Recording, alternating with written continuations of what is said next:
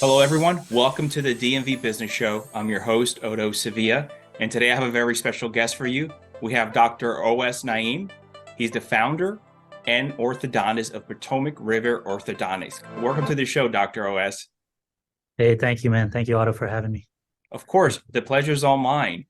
Before we get started in your personal and business journey, I like the audience to get to know you a little bit better in your business. So, just Mm. in case they haven't heard of, who is Potomac River Orthodontics? If you can give us a brief explanation.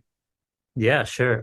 So Potomac River Orthodontics was an idea I had while I was in school in residency. I love the idea of like acronyms and short things. So like we took the idea of Potomac River Ortho and made it into our like whole brand. Potomac River is a huge lifeline of our community. You know, it covers the whole DMV area. Mm-hmm. And so that's something that was important to me to show people that this is my community and we want to be a lifeline for the community as well. So that's how the idea came about.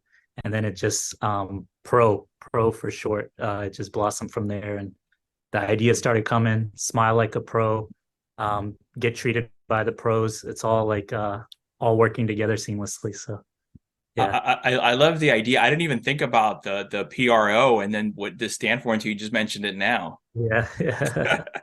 So yeah, that's how the idea came about. But in terms of being an orthodontist, that's something that has definitely always been a dream of mine as well. Well, I shouldn't say that because I mean, can I go kind of back into the past? Is that cool? We Yeah, can talk about. definitely. Yeah, we can get started. Okay, awesome. Yeah. So growing up, my dad's a dentist, and he's been in this community for about 30 years. So since I was born, pretty much. And he actually descended from a line of blacksmiths. So his whole family, they all work with metal, anvils, nails, all the old school stuff. Wow. He was the first one in the family to venture out and do something different. So he went to dental school in Pakistan, moved out here, and got into school here at VCU. I was born. We moved to Northern Virginia, and that's where we've been ever since, in the Woodbridge, Dumfries area, pretty much. Mm-hmm.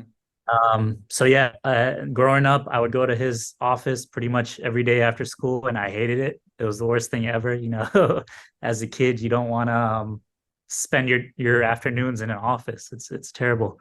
But I read every magazine that was there. People magazine was my favorite by Mm-hmm. far. Um, and then like growing up, I was like, I like working with my hands. I was an only child. So that kind of played a big factor into my development as well. And so you spend a lot of time on puzzles, on things that you can kind of do by yourself, you know, Mm-hmm. um, Rubik's cubes, things like that. So like I always had a passion for solving things. And then one day my uncle was like, I knew I wanted to do something in like the health field, something where I can help people. And my uncle was like, hey, man, you've got this beautiful field staring you right in the face. Like, why don't you go into dentistry? And at first I was like, no, I hated it. Like, why would I ever want to do something I hated growing up? But it made a lot of sense, and it was pretty much all set up from the beginning. So yeah, I mean, made that decision, went to VCU, the same school my dad went to, had some of the same faculty that he had 30 years ago that were still teaching to this Oh, day. wow. They all were like, hey, we remember you when you were born. We went to the hospital to welcome you and stuff. So had a great career there, ended up getting into one of the top programs in the nation, which was at VCU. And this is the only school, the only dental school in the state, which is nice. They accept 4 people a year to this program to do orthodontics. And it just kind of fell into my lap, man. So Wow. So yeah, it was that, awesome. that must have been, I guess, not easy to get into if only four were accepted each year, right? Yeah, it was a lot of sleepless nights, a lot a lot of sweating and thinking it wasn't going to happen. And it's interesting because they usually only take one student a year from the school, if that. Sometimes they Mm-hmm. take none, because they like to have a diverse pool, you know, from all across the U.S. They want people to come.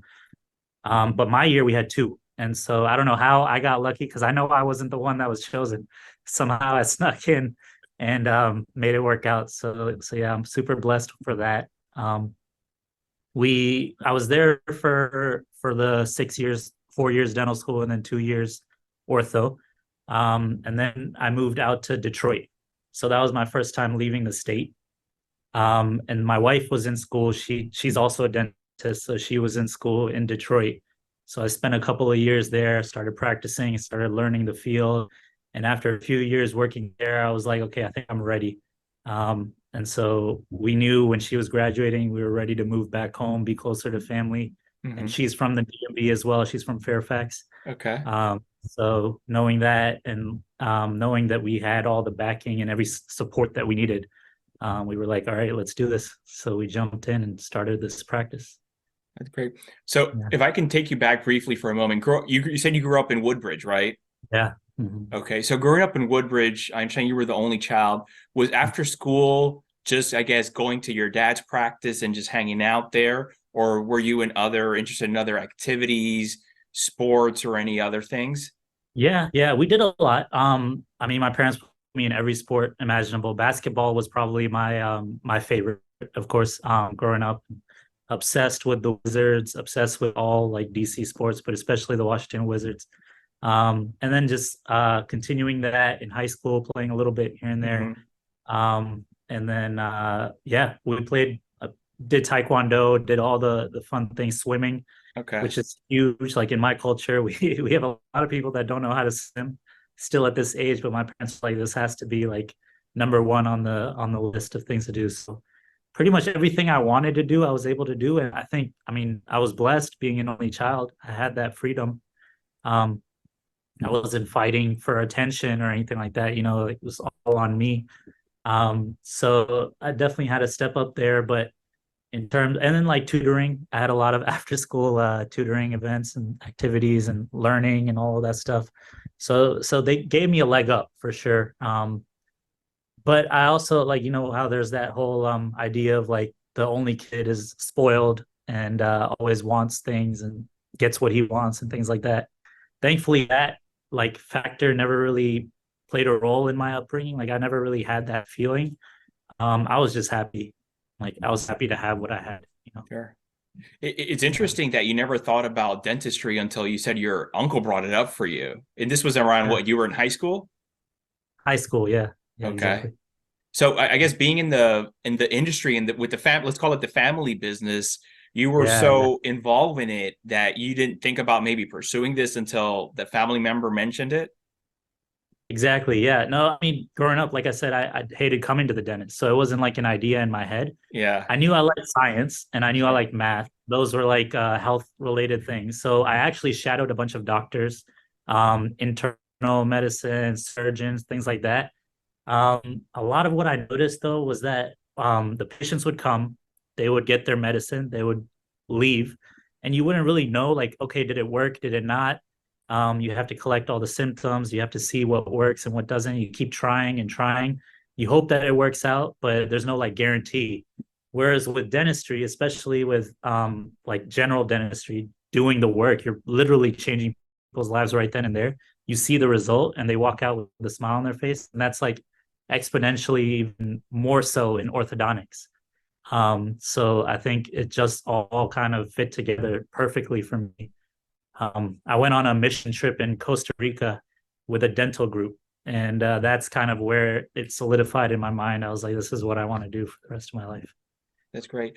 It's also interesting, OS, that you mentioned, you come from a long line of blacksmith and, your father then went into dentistry. And then here you are also next generation, also obviously not blacksmith, but again, just working with your hands in the medical healthcare field. Yeah. And still bending wire, right? That's true. That is true. Yeah.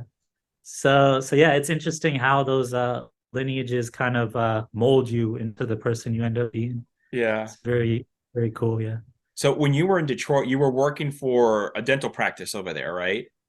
Yeah, an orthodontic practice. Yeah. Okay, orthodontics. And then you said at the same time your wife was also in dental school? In dental school, yeah. Okay. Yep. So once she finished, is that when you decided, hey, let's move back home in the DMV area? So I actually went to Michigan with the mindset that we were going to move back.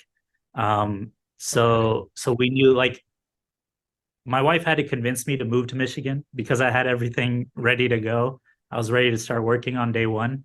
And she worked really hard. She worked on my parents. She worked on me. It's hard for two parents. I just have my parents here. That's it. And then myself. We had an uncle that would come occasionally back and forth. But yeah, so it's hard for them to let go of their only child, you know? Yeah. So she worked hard. She convinced them. I was able to get a really cool opportunity. Actually utilizing my contacts here in the DMV. There was someone who had a connection in Michigan with an orthodontist, and they were like, "Hey, this person is looking," and they connected me to them. Hmm. He's actually a really big orthodontist in the area, Dr. Neil Kravitz. He's like in Ashburn area. So using those connections, we were able to get the opportunity of a lifetime. It was a private practice. She had 4 locations and she needed help bad. Hmm. So I took over 2 locations. She took over her other 2, and we worked together for everything, and got a really good business experience, which is something that you don't necessarily learn in residency. You learn the clinical. It's perfect. You can see somebody and know exactly what you're doing, but when it comes to like managing a staff and having people walk in and out every day and making relationships with the community, like those are all things I had to learn. So the 3 years that I was there were perfect for that. That's Um, great. And once and you, uh-huh. Go ahead. No, no, go ahead, I was please. going to say that one cool thing was I got to see 2 sides of it. So I got to see the private practice side, and then after a year working with her, she ended up selling to a corporation. So I got to see like what it's like working with a corporation as well, and kind of the 2 worlds. And we can kind of dive into that later if you want to talk Yeah, about that's that. it's interesting you mentioned that because now you're seeing it a lot with healthcare, whether dental or just primary care, whatever it is, all these Yeah, private equity groups coming in and just buying practices. How was the difference exactly. there since you saw it firsthand? Yeah, so we actually were bought by the largest orthodontic DSO. It's called. We call them OSOs, orthodontic support organizations. Okay. They've got over like 300 locations. Started in Texas, and they've pretty much gone all across the U.S. Um, and private equity definitely has a big role in taking over the healthcare field, I think. And I think it's there's some positives and there's some negatives, right? Positives for me as an associate was great. I got paid more, which Hmm. which is always a plus. Like I knew I wasn't gonna buy that practice in the future because I was moving back here. So at that point, I was just making as much money as I could. So I mean, that was great. And then having the support of like a team of people, like not just me and the doctor, but 300 other doctors that are all across the U.S. that are some of the smartest people you'll ever meet in your life. And just hearing their opinions and everything like that, and how they treat different cases, that was invaluable. And I think that's a big draw for why orthodontists end up selling to private equity as well, other than, of course, the influx of money. Because nowadays, as a graduating orthodontist, it's very hard to buy a practice, at least a good practice that's healthy, that's producing a ton, because there's so many opportunities. Like there's so many people out there that are willing to pay more than what a graduate can afford Hmm. for that practice. Yeah.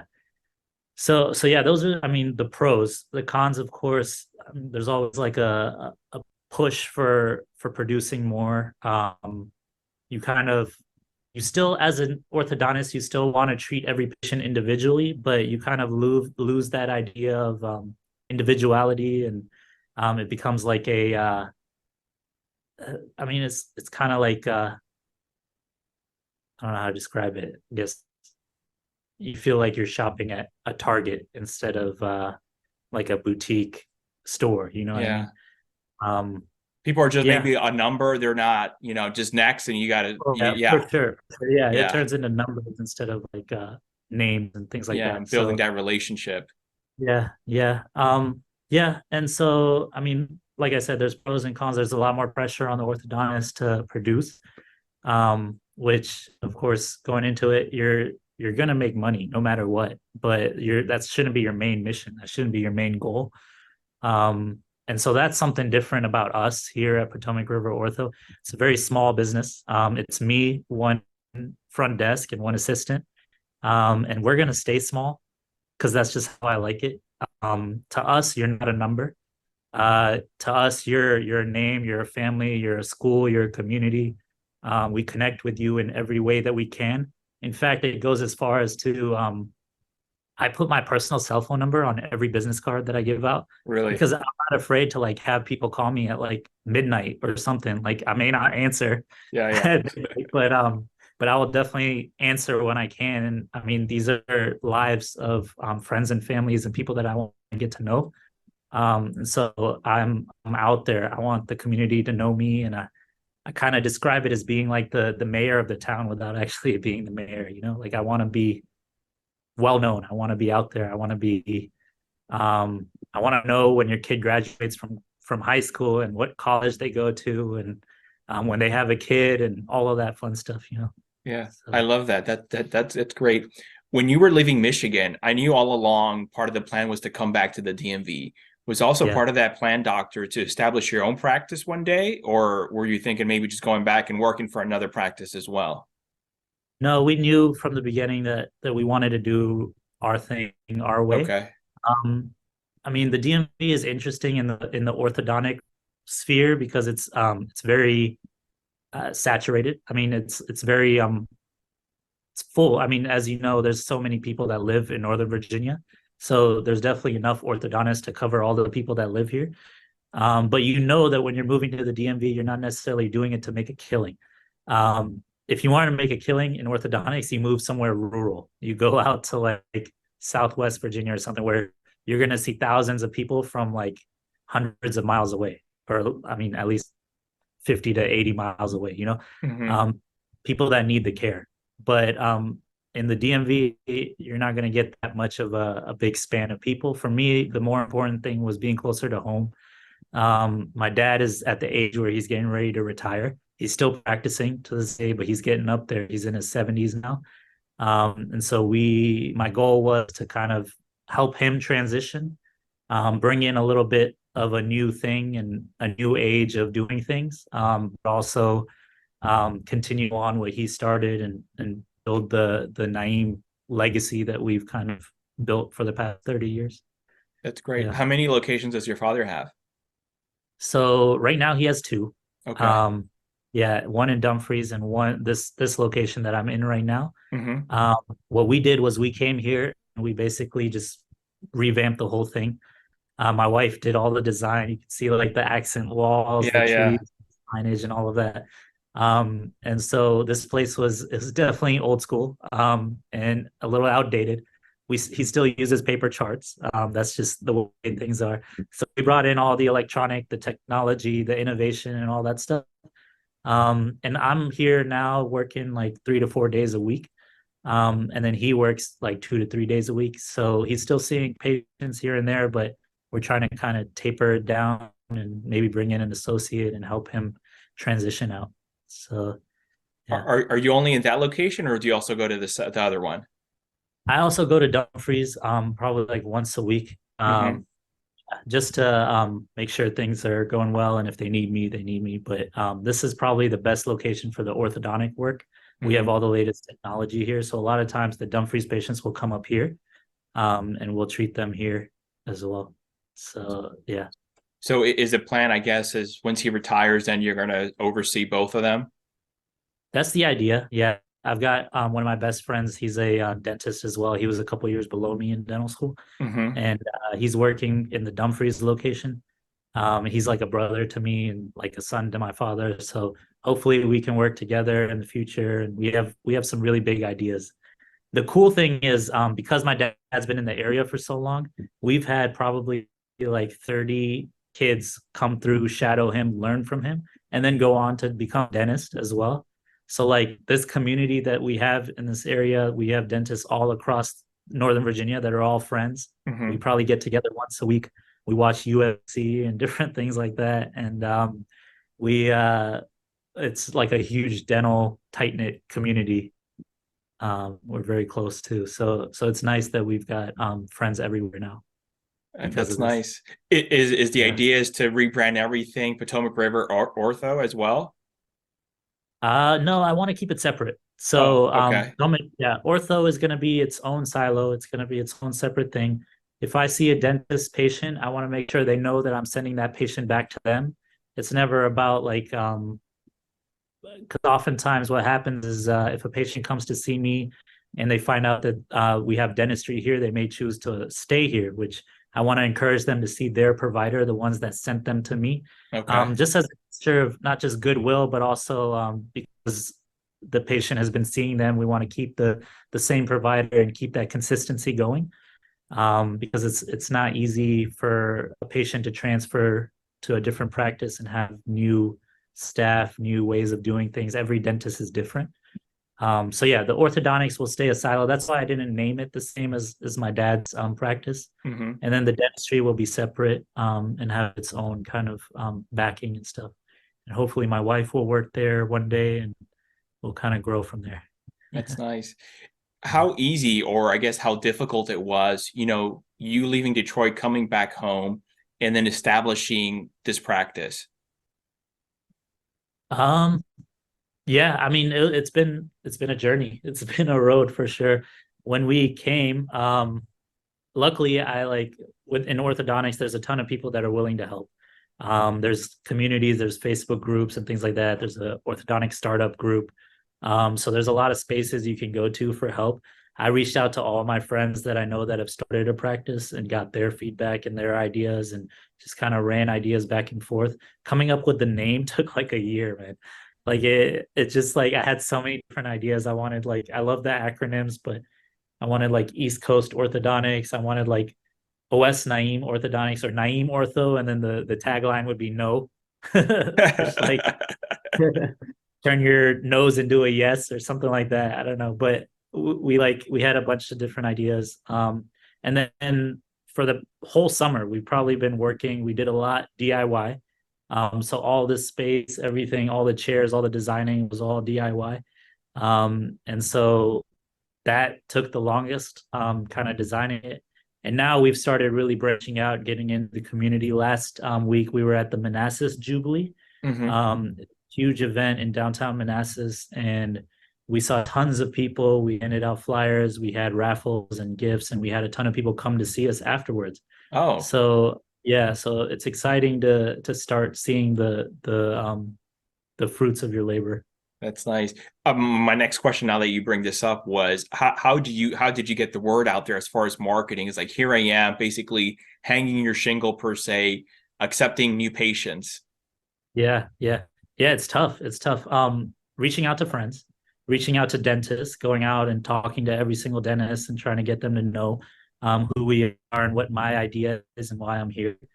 And then word of mouth, and these marketing events. So like this weekend, we're doing a trick or treat, like trunk or treat in our shopping center with the local taekwondo.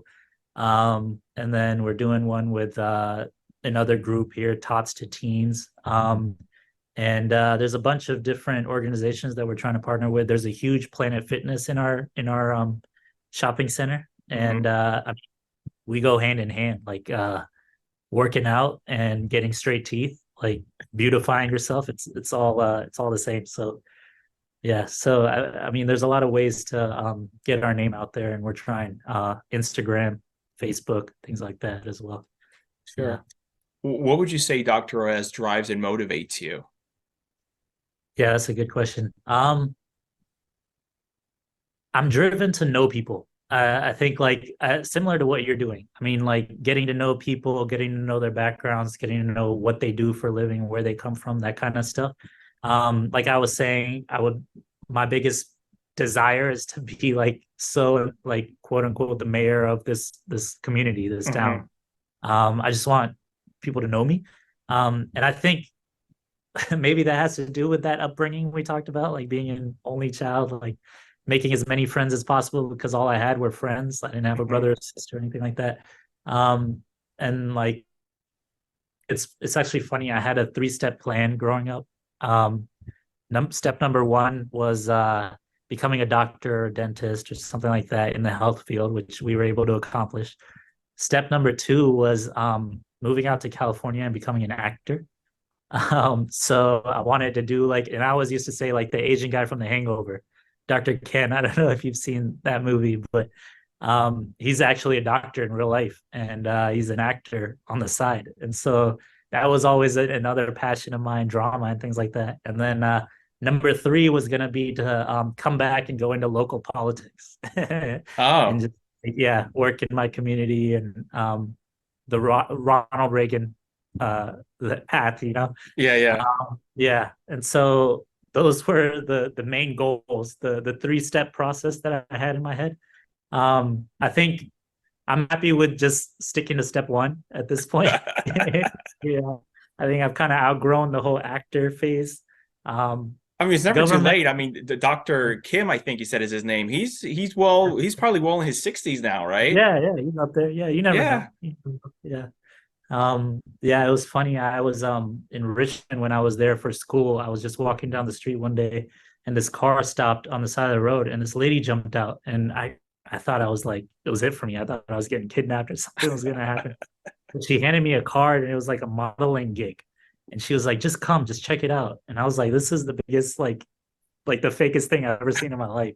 So I had to look it up. It turned out it was legit. So I called her. I was like, hey, is this real? And she was like, yeah, come on by. So I went and we shot a commercial for the Super Bowl. It was a couple of years back. My lines did not air. Okay. But it was still like one of the most amazing experiences I had. And That's just pretty being in like a cool. room, yeah, full of people that were just acting. They said you've got this perfect dad look. And at the time I was like in my 20s. I was like, oh great. So I'm already looking like a dad. That's perfect. But yeah, no, it turned out great. And so maybe in the future we'll see what happens. What Yeah. a story. Was the commercial shot in California or locally Maryland? It was in I'm sorry, Richmond. It was shot Virginia. in Richmond. Yeah, yeah, in Richmond, Okay. Virginia. Yeah. It was like for Discover. And they ended up going with a scene from Friends instead of my line, which I'm Okay. totally fine with. Like I'm no Matthew Perry. You can't you can't compare me to him. But yeah, no, it was still a fun experience for sure. Well, let me ask you this then. Would you consider moving to California if it meant you possibly pursuing your acting career? So here's the thing. I think that ship has sailed because of the fact that now I have my own family and I want to be as close to my family as I can. So I mean, maybe one day, you never know when I'm older, we'll see. But for now, at this point, I'm content being in Virginia. Plus, there's a lot of gigs like in DC. DC's not too far. There's always movies being shot and things like that. Yeah. So yeah, I mean, I think Virginia has it all. So I don't think I'm interested in California at this point. I think you need to talk to maybe some local talent agents to, like you Yeah, said, there's a lot of opportunity from Virginia, Virginia Beach all the way to Baltimore, I think. exactly, exactly. And See, and maybe that three-step process will come in. I also see a future, Dr. OS, as maybe being in your own commercials, and then there you go, locally, Well, hey, this is the start, right? there you We'll have to go. clip some videos and see how it goes. We're gonna make you Yeah, famous. yeah, yeah. I like Awesome. that. Well, how long have you had the practice open? Potomac So River we Ortho. yeah, Potomac River Ortho has been open since the summer. So we started in September, I'd say, like the end of the summer, pretty much. And yeah, so it's very new. It's very early in its stage. So I'm sure you interview a lot of people that are like further in their career or beginning of the career, but yeah, this is very beginning. Um, So and basically, the just 60 days, right? Give or 60 take. days, yeah, yeah. We've had How about 10 people come through, get started. So I'm super proud of that. It's slowly but surely we're getting our name out there. So yeah, it's Congratulations. hey man, thank you. Yeah, I appreciate it. It's scary, it's nerve-wracking, especially when the phone doesn't ring and the only person that's calling you is your mom. Um, but once it starts to actually roll and things start moving forward, it's very exciting. Dr. S, I already want you in future episodes. So we can talk about the first 60 days, how it was, and Yeah. then you can talk Yeah. about maybe the last Follow up. couple of years and then the Yeah. difference there. Yeah, so they say an orthodontist doesn't really get settled into the role until 2 years after starting. Okay. So up in 2 years, and we'll see where we are because that's kind of when you start peaking and really taking off. Yeah. Yeah, no, definitely. I love that. You were mentioning earlier the team consists of you. You said you have a receptionist, right? Yeah, and my front desk manager slash assistant. So she's actually doing everything right now. Okay. Um, yeah, I get some help on days where my dad's staff is here. He's got a bigger team. So they'll help jump in. But like, yeah, she's my superwoman right now, doing everything. And then I guess my other teammate is my wife, who's like doing all the marketing, reaching out to you, reaching out to local businesses and all of that. So yeah, It's and a then uh-huh. the family business, yeah. And then we've got our fourth teammate, which is my 9 month old daughter, who keeps us running around all the time so that we never have time to work, which is super fun. I love that. And I love the fact that it's also just so fresh. So if someone's listening to this and they wanted to open their own business, maybe it's in the dental, maybe it's ortho, maybe it's not even related to healthcare. Any advice or pointers, especially going through what you've been going through lately, as far as Yeah. what to look out for? Things to look out for. So I mean, I guess biggest advice, I think this is something that's different than the way that my dad approaches things and the way he's been super successful. So it's hard to like change things from what he's been doing. He's very focused on um doing the most with as little as possible. So spending the least amount of money, but doing the most, which is awesome. But in this day and age, and I think especially with our generation, I don't know, I guess, are you a millennial? Mm-hmm. I'm a millennial. Yeah. So I feel like we need to spend money to make money, which means not necessarily spending frivolously, but like spending on things that people notice. Like this office is 10 times different than what it used to look like. It's clean, it's up to date, it's got the latest technology, things like that. And I feel like that has been a huge factor on why people are starting to come in and continue to come in. Mm-hmm. But then you compare that to the old school way, which is my dad's way of saving as much as he can, but doing the most. And he still sees patients and he sees more than I do. I mean, he's still paying the rent. He keeps the lights open. So yeah, that's kind of the conflict that I've been dealing with. And I would say that I would come back to me in 2 years. If that's still true, I'll let you know. But yeah, I'm going down the route of like spend more to make more, I guess. Yeah. Um yeah, so yeah, that's a big factor. And then just be patient. It's hard to compare yourself, don't compare yourself for sure. But it's hard to see how other people are doing and be like, oh, I should be doing this or I should be doing that, and not like put that weight on your shoulders. Mm-hmm. But it all works out, man. It really, like, if you're passionate about what you're doing, it'll show, and that's what's most important. More than like counting the dollar bills and things like that. Like you gotta do and you gotta say what you mean and do what you want to do, basically. Yeah. It's so true. You know, a long time ago, I was a little bit like that, that I would look at other people and be like, wow, look what they're doing. But, you know, so a lot of times they're just at a different point of their career and their journey than you are. And you're here comparing yourself to what's called Warren Buffett, right? And you're like, well, the guy's in Right. his 90s, for example. And you're like, well, he did this at this age. And like, why not me? You know, or Yeah. Musk or whatever, Jobs, whatever it is. Yeah. Yeah. But it's hard and it's different. Everyone's different. Yeah. And yeah, for sure. That's a big thing. And then this is completely different than that, but don't be afraid to ask. Like asking for discounts, asking for help, asking for advice, all kinds of stuff. Like I think growing up I was shy for sure. Like that was a big thing as an only child again. Like I just had my parents, so I wasn't constantly like talking to people. And my wife is not shy. She's the exact opposite. She grew up in a house of four siblings, two parents, just kind of chaos all the time. So a lot of times I lean on her. I'm like, hey, can you ask this for me? Like, just see what happens. Mm-hmm. But yeah, you gotta just go for it. And the worst someone will say is no. And that's been like a motto of mine from my dad. My dad's been like hammering that into my brain since I was a little kid. But the worst someone will say is no. So why not just ask and see what happens? Mm-hmm. I have to ask, Horace, how'd you meet your wife? So I got super lucky. She was in at VCU in undergrad when I was a dental student, and Okay. she was interested in dentistry. She actually used to assist in the orthodontic program that I was trying to apply to. So I would see her all the time when I was walking through there trying to like meet the residents, because the residents choose who gets to join them Mm-hmm. in the future. And so she actually put in a word for me and talked to the residents, was like, this guy's really smart. You guys should consider him. Um, but I always joke because at that time we weren't like serious, and I don't think that she was really that interested.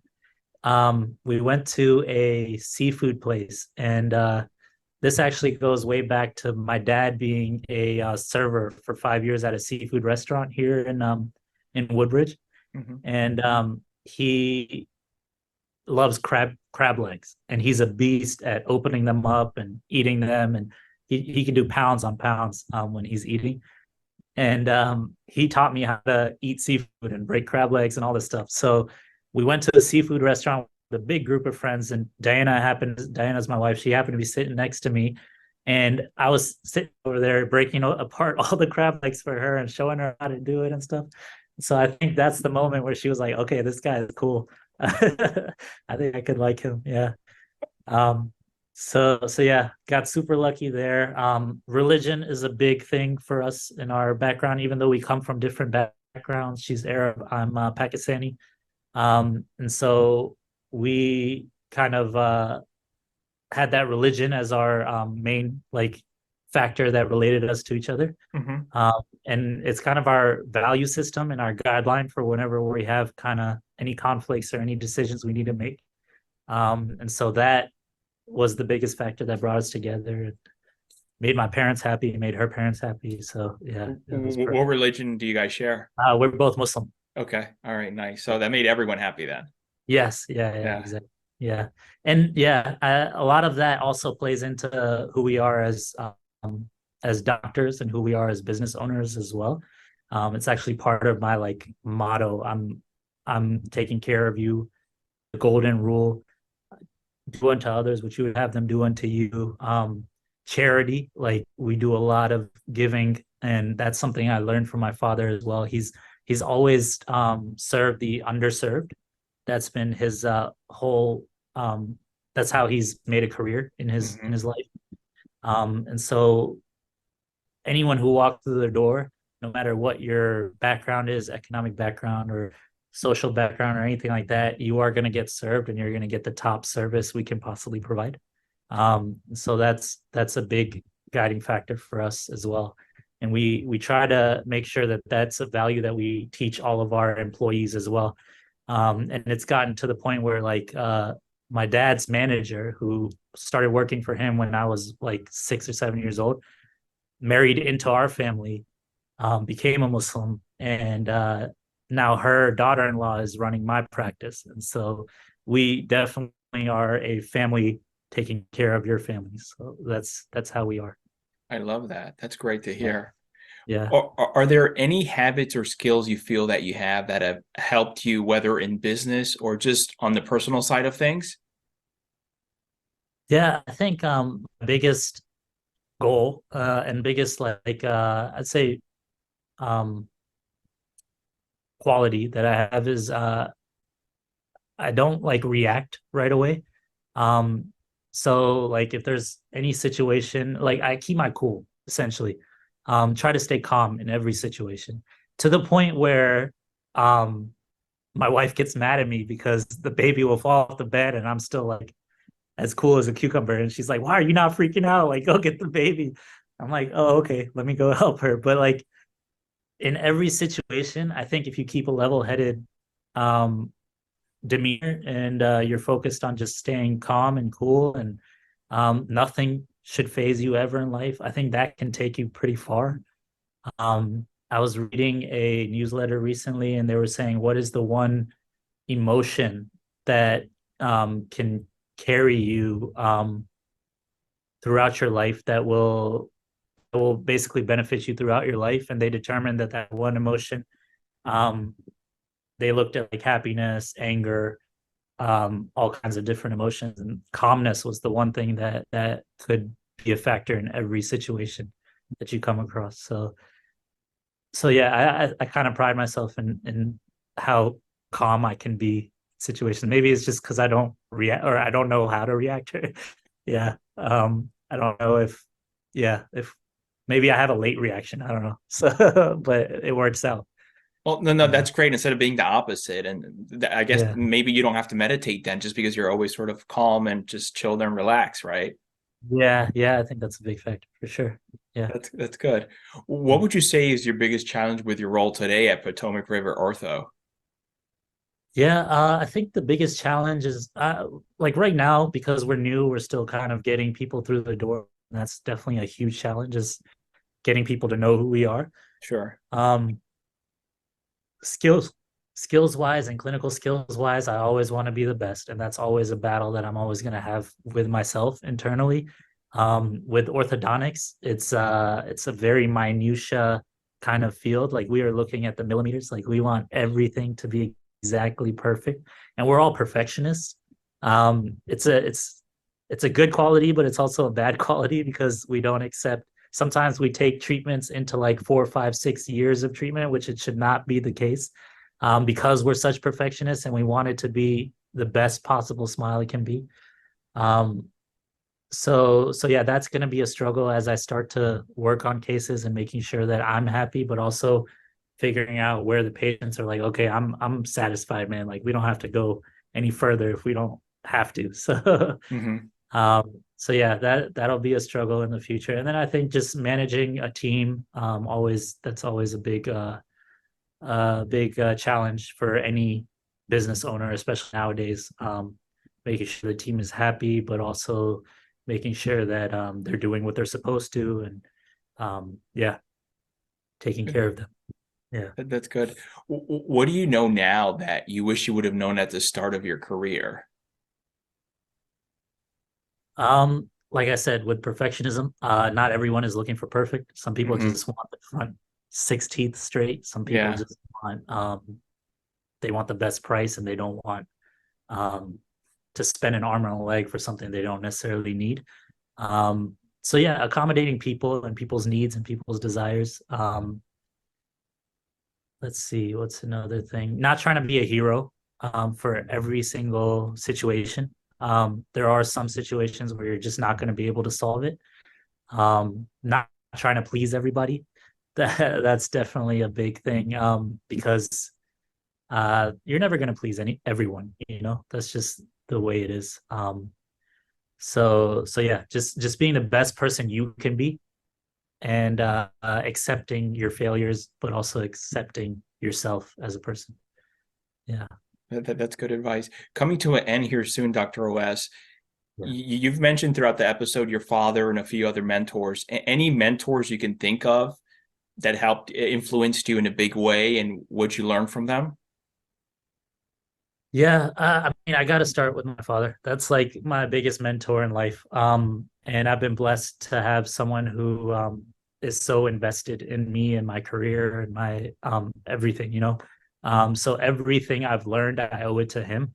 Um, we have very similar mannerisms. We start crying at the start of a sad movie. Like it's just like clicks instantly. So like wearing my emotions on my sleeve, that's something I learned from him. We're both unapologetic about it, which is a great thing as well, I think.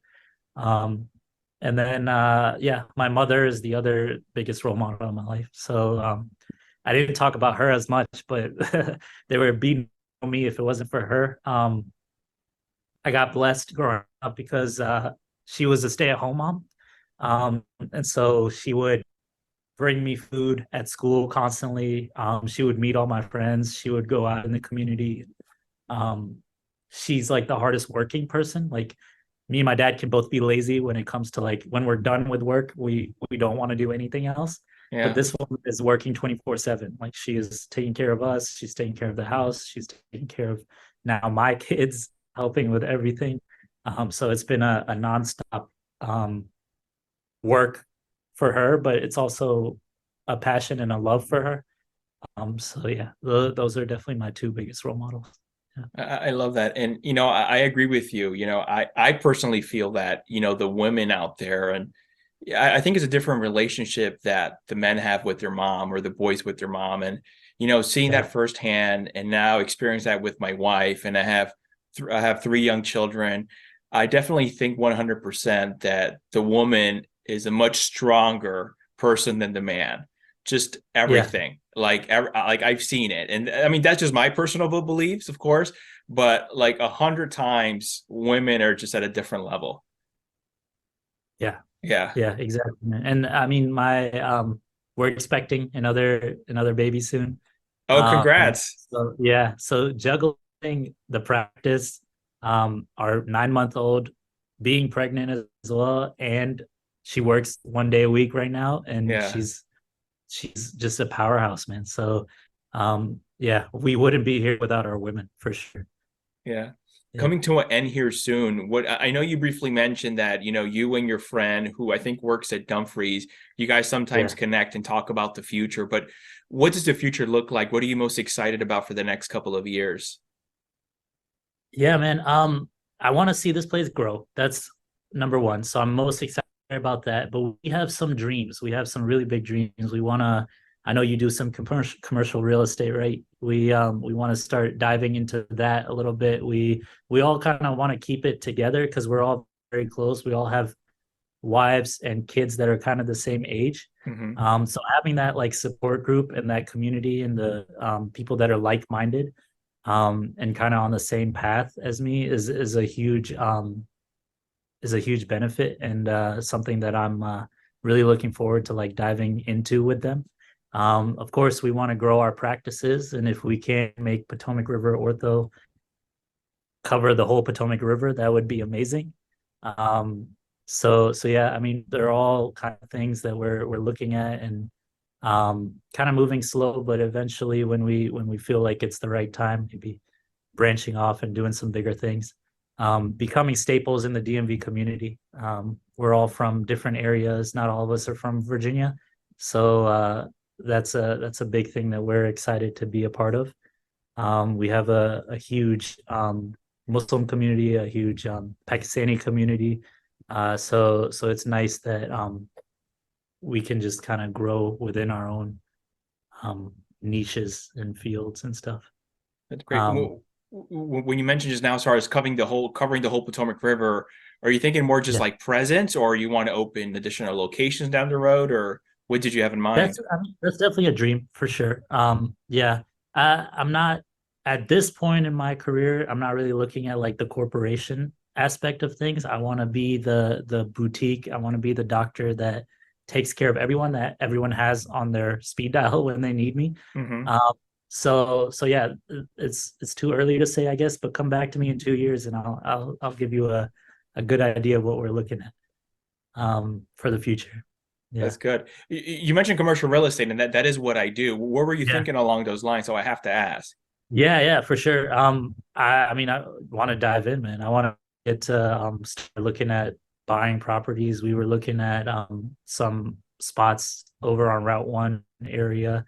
So me and you will share contacts because I'll definitely be reaching out if you have stuff that comes up and you need people to invest, you know. Okay, so for investment purposes, okay, that's great. I'm happy to hear that. I think it's a great asset to invest long Yeah, term, for 100%. sure. Yeah. And also with dentistry and with the field that I'm in with orthodontics, it's always great to own your own real estate. Hmm. Um, so right now we're of course leasing. So if we can one day get a place that we design from the ground up that we own, that's definitely the dream, you know. And I'll be looking out for that within the next like 5 years or so. So yeah, that's a big thing. So I know, Dr. Oz, you're a big hip hop fan. So I have to ask before we leave, your top three Yeah. favorite artists. Go. Oh, man, top three favorite artists. So Gangstar was my all-time OG Okay. favorite artist. Okay. But if I had to be like more modern, I love Kendrick Lamar. I got to see him for like $11 back at University of Virginia Oh, when I was wow. there. Back when he was very new and very early on. And then let's see, Kendrick. I mean, I'm a Drake fan, even though like he's mainstream and all of that stuff, but Hmm. still think he's awesome. Like it's a vibe. And I've really gotten into some Latin artists too, and some African artists. So like Burna Boy, I don't know if you've heard much of him, but Uh-huh. he's he's a hoot. And then Bad Bunny is really good too. I like him a lot. Sure. Yeah, Okay. That's yeah, good. Thank you for sharing yeah. that. Yeah, of course. So here at this office we have pretty much all Spanish staff. And Okay. growing up it was like a huge thing. I had to learn Spanish. And so like we're all completely fluent in Spanish. So I love it. We see a lot of Spanish speaking patients in the DMV area, which is huge as well. Um, so yeah. But yeah, before I leave, I just wanted to tell you like the main things that we're trying to offer here for at Potomac River Ortho. Like number one, I already talked about how we're different in terms of like you guys are not just a number to me. I'm gonna get to know every single person. I'm gonna know you by name. I'm gonna know you. I'm gonna know your favorite shoe, your favorite candy bar that I'm gonna give you at the end of your treatment. Like every single little thing is gonna be written down and it's gonna be in my head. So I want it to feel like you're at home when you come to see me. Convenience is a huge factor, especially for moms in this area with school and everything like that. We offer some of the treatments that we offer are very easy, very convenient. Invisalign, for example, you don't have to you can eat whatever you want. There's no restrictions. It's clear, it's comfortable, and we don't have to see you as often. So I see my patients every like 3 to 4 months. Like it doesn't have to be. It's very adaptable to your schedule. We do a lot of virtual check-ins, so like FaceTime, Zoom, things like that. Like I can do all of that. So and like I said, you'll always have a direct line to me as the orthodontist. So those are the biggest things. And then just cost. Like we never want cost to be a factor when you're thinking about straightening your teeth and getting a beautiful smile. So yeah, so every single patient that comes to me will work with you, we'll figure out a plan that works best. And I will make it my mission to get you the best smile possible. So you're smiling like a pro, as it says. There you go. I love that. Doctor, when Yeah. you're not busy working and running the practice, what do you like to do for fun in your free time? Yeah, so I spend a lot of time with friends. I love to, if I can get some time away from the baby, I love to work out. I watch all the latest Netflix shows and Disney movies and stuff like that. So I'm definitely in touch with the California and the acting world and stuff happening. And then just spending time with family as much as possible. That's the whole reason we moved back. We love Michigan. Michigan was amazing. The food is fantastic, and being on the lakes there, we were pretty much on the water all the time. But still, nothing beats family. So yeah, that's why we're here. That's great. Is there Yeah. anything you want to share that maybe I didn't ask?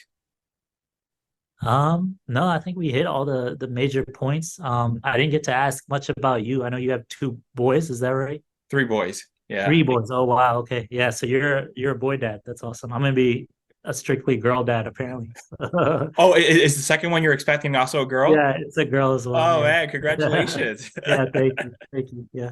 So yeah, it's been different for sure. I think that whole emotional factor is great because I can share my emotions openly.